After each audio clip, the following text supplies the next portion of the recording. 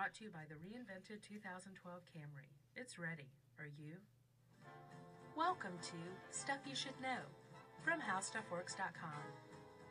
Stuff You Should Know is brought to you by Visa. We all have things we like to think about. Online fraud shouldn't be one of them, because with every purchase, Visa prevents, detects, and resolves online fraud. Safe, secure, Visa. Hey, and welcome to the podcast. Josh and Chuck here, a couple of staff writers at HowStuffWorks.com. How's it going, Chuck? It's going good, Josh. So, Chuck, I hate to tell you this, but there are people who are setting themselves on fire all over India right now. Have you heard anything about this? Right now? Possibly. Very lately. By right now, I mean lately. No, I didn't know that. It's becoming something of a widespread trend, actually, terribly. I read about one guy who's a tea vendor. You know, he just sells tea like, you know, you buy a hot dog on the streets of New York. This guy just sells tea. And apparently he fell in the bad graces of a local representative of the local government. And the guy was kind of being abused by this guy, the government official. Right. And in retaliation, he doused himself in kerosene and set himself on fire in front of the guy's house. That'll show him. Yeah, pretty much. Now, the guy lived, but he man. has burns like over 95% of his body. Wow. And at this point, you kind of wonder, all right, well, which is worse, you know? Right. That sounds like a terrible way to go. And the whole thing kind of reminded me that of an article I'd written. It's called "Is There a Worst Way to Die?" Right. It's a good one. I love this article. It was like it was really interesting to write. I bet. I talked to a funeral director. I talked to an ER doctor. And I also spoke with the guy who is the director of the Ernest Becker Foundation, and we'll talk about that in a minute. But because there's no quantifiable way to say, right, yes, there's definitely a worse way to die, and here it is. It's all subjective, right? And even worse, there weren't any nationally recognized polls out there. I actually contacted Gallup to find out if they'd ever asked that question. Did you request a poll or no? No, I wanted to find out what the data was, if they'd ever taken that poll, and right. They said that they never had. I found one that was pretty close, a 1991 Gallup poll that was about fear of dying, not the worst way to die. And astoundingly, only 25% of the people polled said that they were afraid to die. Interesting. And I think a really logical follow-up question would have been, how often do you actually think about your own death? Right. Maybe we should have conducted our own poll. Maybe we will. We'll get it up on the site in no time. Right. Instead of quiz corner, fear of death, corner. Right. But while I was researching it, I came across some impromptu polls about the worst way to die. Immolation it usually ranks up pretty high. Yeah, I would say so. Burning to death, not good. Not good at all. I would say drowning's probably up there too. Drowning's up there too. Yeah, they're usually they're usually interchangeable at the top. What's your worst way to die? Boy, I don't know if I could say a worst method of death, but I think that anything where I died alone would be the worst way. That is very funny that you bring that up, because I was doing extra research for this podcast, and there was a British poll from this past April, and the majority of the respondents said that their worst death was a dying alone. Yeah, like Isaac Hayes, God rest his soul, he just passed a few days ago, Sure. And I think they found him in his home gym with a treadmill going, and something as mundane as that, it just seems like the most depressing way to go, Yeah. You're lying there, your treadmill's still alive, right next to you, and there you are. Right, and surrounded by no one. Right, or Elvis Presley, as you know, I got Elvis on the brain. Oh, yes. After writing about Graceland. And, Elvis famously died in his bathroom reading a book, and no one found him, for hours, so he was just laying there in his bathroom. Yeah, so the second worst aspect of death that people came up with was not enough access to pain relief. Right. Which is a big thing too. Like, if you basically there's a really good way to answer this question is by changing the wording. Is there a best way to die? Right. I think you would find across the board dying in your sleep would probably be the best, most highly rated way to go. People don't want to feel pain. No. People don't want to be afraid or alone. No. My worst death kind of combines all these, except for the pain part. I don't think pain would be involved. Plane crash. Right. I'm flying to Malta a week or so from now, and Good luck, buddy. Yeah, I'm not looking forward to the plane ride. And my big problem with dying in a plane crash is if you're at 30,000 feet or something like that, it doesn't happen instantaneously. Yeah, I know where you're headed probably here. A good minute or two, headed straight to Right. Earth at like 800 miles an hour. Right. But even that takes a minute, maybe two, maybe three, depending on how high up you are. And, buddy, you're totally aware of what's going on the whole time. Right. You got a solid minute to 3 minutes to think about, hey, I'm going to die. Right. And the panic and the hysteria, just, I would say, with everyone on the plane, it's not, if you're by yourself, it would be bad enough, but you have hundreds of strangers that you were probably annoyed with just moments earlier for one reason or another, and you're all going through this. So. At least you're not going to die alone. Yeah, well, but I'll tell you what, if George Gallup asked the people on a plane that was going down if they feared death, I'm pretty sure that the percentages would skyrocket. Right, they'd have to be a hastily performed poll. Yeah, exactly. So, basically, Chuck, our approach to death, our fear of death, in some theorists' eyes, is a result of a kind of sanitizing of death. Right. Of basically our desire to not look death in the face, not think about death. Which brings you back to Becker, correct? Becker and thanatology. Right. A lot of Ernest Becker's views, his whole field was called the psychology of death, right? Right.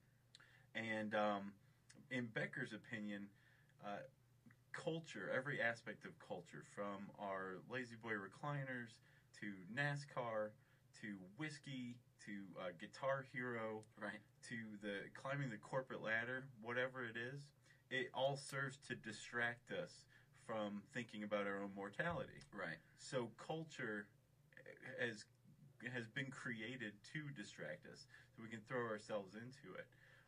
That's Becker's stance. The problem is we, in Becker's opinion, he died many years ago at age 49, sadly. I wonder if he saw that one coming. I don't know, but I'll bet you if there was ever a human who was walking the earth who was cool with it, right, it was Becker. And he died of cancer too, so I mean he knew it was coming.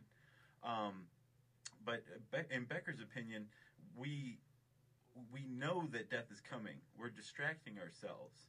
So the unconscious mind has to find an outlet somewhere, and usually that outlet is violence or aggression or war. Right.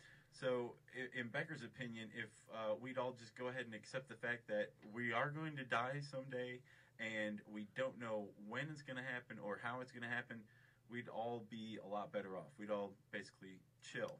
Right. And I know along the same lines of how we insulate ourselves from death is how there's not as many open casket funerals these days, and I know back in the olden times, as they say. Well, as recent as the 19th century. Yeah, people would sit up with the dead. I know that's a southern tradition where you would literally have the body in your house or wherever they died, and the family's just hanging out. Yeah, for days on end. Yeah, they'd eat around it. Yeah. And one of the points of that was to socialize children to death. Right, public viewings. Right, yeah. And plus another aspect of it was usually it was in the home because most people died in the home. Right. Because modern medicine, just kind of went, good luck with that, pal. See you in hell, that kind of thing. And nowadays, in 1900, the average life expectancy was it was like 49 years old. Right. In 2008, it's like 77, creeping up on 78 if it's not there already. So that extra, 20, almost 30 years has really kind of strung us out. Right. We are really interested in squeezing every last minute out of it, even sadly beyond the time when the quality of life has diminished. So what are you saying? Well, I'm saying we have all these machines to keep us alive, to breathe for us. Right. And we know that they're out there. So we have thrown ourselves even further into this denial of death, exactly, as Becker called it. Right. So the very things that keep us alive are distracting us from the obvious. Pretty much. And the inevitable. Yeah. And there was another aspect when you brought up 19th century that I found really interesting. There was a trend. Have you heard of bereavement photography? Yeah, that was, have you seen the movie The Assassination of Jesse James? I have not, no.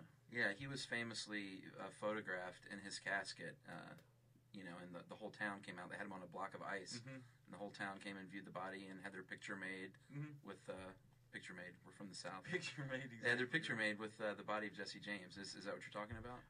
Yeah. I mean, it's a photograph of a dead person. Usually though, it was of a loved one. And oftentimes they'd be on a couch sitting up looking like they were sleeping, right. Or in bed looking like they were sleeping. Sometimes their eyes were propped open to make it look like they were awake. Yeah, that's really odd. It was kind of odd, but it actually still continues today. There is bereavement photography. Usually it's used by parents whose child was stillborn or died at a very, very young age, and this will be the only photo that they ever have of them. Right. Is this in the United States mainly? Yeah. Or? Wow. Yeah, it's you don't want to say it's odd because clearly they're getting something from it. Like right, I'm sure it poses or it creates a sense of catharsis or finality to it. Right. And plus they can say, well, this is what my baby looked like as for as short a time as he or she was on Earth. You know. Right. And it's very sad, but I imagine that you can get something out of it. Yeah, who am I to judge? Exactly. And photography in general kind of has since it was created has always had kind of this fascination with death, like bereavement photography or outlaws. Right. Even Pablo Escobar. There's that famous photo of him all bloated and dead on that rooftop in Medellin. Right. Or the famous photo of Lizzie Borden's father, kind of sideways on the couch. Yeah. His face mashed in. And what is it about us humans that wish that photo wasn't so grainy? Yeah. That you could make it out a little more, I know. But at the same time, it kind of lets the imagination run wild. We are a sick, twisted species. We're afraid of our own death, and yet we love morbid photography of dead people. Or at least you and I.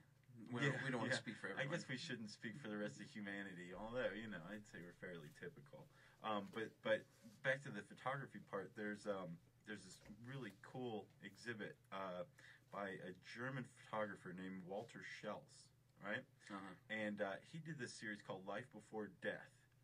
And what he did was he went and visited people who were terminally ill, spent the last, couple days of their lives with them, took a series of photographs of them, got like the one he was looking for, and then arranged to take another photo of them right after they died.